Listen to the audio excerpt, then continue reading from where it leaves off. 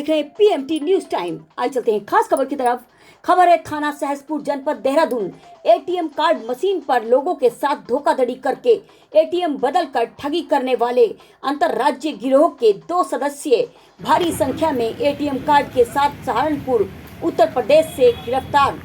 घटना 19 जून को अब्दुल कयूम पुत्र नूर मोहम्मद निवासी रामपुर सहसपुर देहरादून ने थाना सहसपुर पर लिखित तहरीर दी कि मैं सहारा गेट स्थित हिताची एटीएम पर पैसे निकालने गया था। एटीएम से पैसे न निकलने पर 2 अज्ञात व्यक्तियों ने मेरी मदद करने के बहाने मेरा एटीएम बदलकर बाद में 36,000 रुपये निकाल लिए। प्राप्त लिखित तहरीर के आधार पर थाना सहसपुर धारा 420 भाग वी के तहत अभियोग पंजीकृत किया गया। श्रीमान पुलिस उप महानिरीक्षक वरिष्ठ पुलिस अधीक्षक जनपद देहरादून महोदय के अनुसार एवं पुलिस अधीक्षक देहात के निर्देशन में तथा क्षेत्र अधिकारी विकास नगर के निकट पर्यवेक्षण के थाना अध्यक्ष सहसपुर द्वारा थाना स्तर पर उक्त घटना व अनावरण हेतु पुलिस टीम का गठन कर छानबीन में जुटी पुलिस वही अभियुक्तों को किया गिरफ्तार, जिनके द्वारा स्वीकार किया गया कि 100 से भी अधिक ऐसे एटीएम बदल कर घटनाएं कर और लोगों को लाखों रुपए ठग चुके हैं। 71,000 रुपये व 127 एटीएम कार्ड बिना नंबर की मोटरसाइकिल बरामद हुई। आइए देखते हैं। तो उसमें हमारे द्वारा फिर टीम का गठन किया गया था। टीम के गठन के बाद सर्विलांस के माध्यम से और मुखबिरी के माध्यम से हमने 4 अभियुक्तों को गिरफ्तार किया है और उन अभियुक्तों के पास से जो बाइक लूट की घटना में उपयोग में लाई गई थी वो भी बरामद की गई है और इसके अलावा लगभग 92,000 रुपये उनसे कैश बरामद हुआ है। जो टोटल धनराशि लूट में गई थी वो 1,30,000 थी, जिसमें कि जब हमारे द्वारा पूछताछ की गई तो कुछ पैसा अभियुक्तों द्वारा खर्च करना बताया गया है।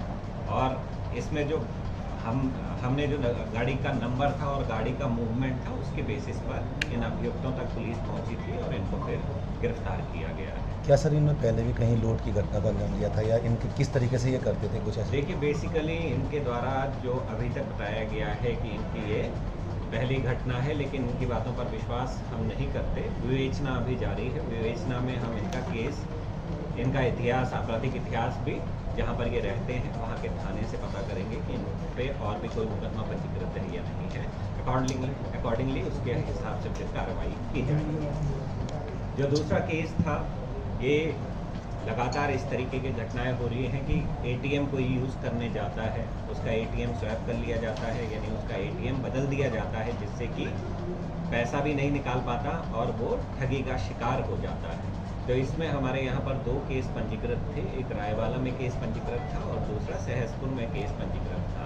इसमें हमारी सर्विलांस के माध्यम से, मुखबिरी के माध्यम से हमने 2 अभियुक्तों को अरेस्ट किया है। इनके पास से भी इनके जो घटना में उपयोग में लाई जाती थी बाइक, वो भी बरामद की गई है। और जो 2 घटनाएं हमारे यहाँ पर की गई थी उसमें जो एटीएम कार्ड रिप्लेस किए गए थे वो एटीएम भी बरामद हुआ है। इसके अलावा 71,000 रुपये हमको कैश इनके द्वारा बरामद हुआ है। जब इनसे पूछताछ की गई तो इनके द्वारा बताया गया है कि हमारा यही प्रोफेशन है और हम इस तरीके की घटनाएं करते हैं और इनसे लगभग 127 एटीएम हमको और प्राप्त हुए हैं, जो कि इन्होंने इसी तरीके से स्वैप कर पैसा निकालने के उसमें अपने पास ये एटीएम्स कलेक्ट कर रखे थे। तो सर और भी लोग इनके साथ हैं, एटीएम वाले ग्रुप के साथ? देखिए, जो ये बता रहे हैं कि इनके ज़्यादातर जो गांव में लोग हैं वो इसी तरीके की कार्रवाई में संलिप्त हैं, लेकिन क्योंकि हमारे केस में जो वांटेड हैं हम उन पर कार्रवाई कर सकते हैं। तो हमारे केसेस में जो ये वांटेड हैं इन पर हमारी कार्रवाई की गई।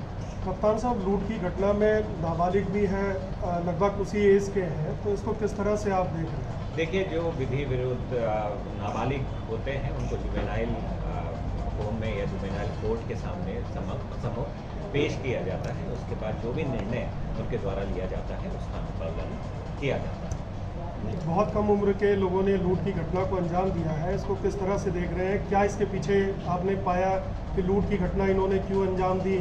क्या नशे के कारण ये कर रहे हैं ऐसा? देखिए, बेसिकली जो क्राइम होता है उसका सोशियो इकोनॉमिकल मैनिफेस्टेशन होता है।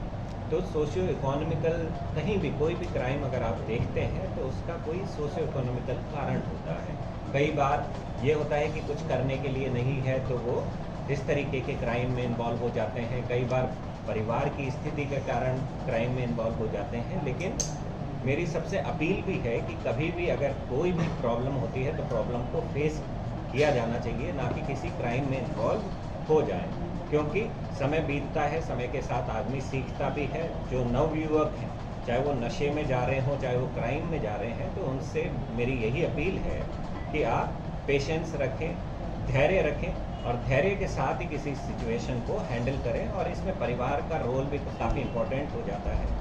परिवार को भी चाहिए कि अगर कोई इस तरीके से बच्चा वे आउट जा रहा है तो उसको बैठकर काउंसलिंग की जाए। इसके अलावा जो उसके साथ का पीयर ग्रुप है उसको भी ये यानी नीड है कि वो भी अपने दोस्तों को समझाए, ताकि कोई क्राइम में ना इन्वॉल्व हो, कोई भी नशे के गर्त में ना जाए।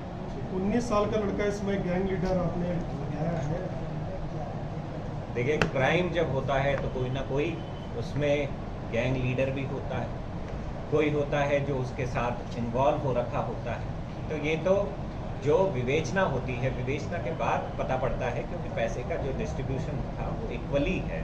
तो जुर्म सभी ने किया है और जो जुर्म में इन्वॉल्व होता है उन सभी पर कार्रवाई की जाए।